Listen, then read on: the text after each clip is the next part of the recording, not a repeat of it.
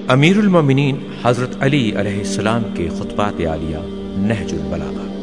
نہج البلاغہ کے خطبے ہم آپ کی خدمت میں پیش کرنے کی سعادت حاصل کر رہے ہیں۔ ضلبی یمانی نے ابن قتیبہ سے اور اس نے عبداللہ ابن یزید سے، انہوں نے مالک ابن وحیہ سے روایت کی ہے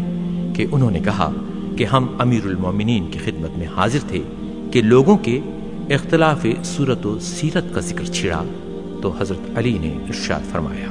ان کے مباطینت نے ان میں تفریق پیدا کر دی ہے، اور یہ اس طرح کہ وہ شورزار و شیریں زمین اور سخت و نرم مٹی سے پیدا ہوئے ہیں، لہذا وہ زمین کے قرب کے اعتبار سے متفق ہوتے اور اختلاف کے تناسب سے مختلف ہوتے ہیں۔ اس پر کبھی ایسا ہوتا ہے کہ پورا خوش شکل انسان عقل میں ناقص اور بلند قامت آدمی پست ہمت ہو جاتا ہے، اور نیکوکار بدصورت اور کوتاہ قامت دور اندیش ہوتا ہے، اور طبعاً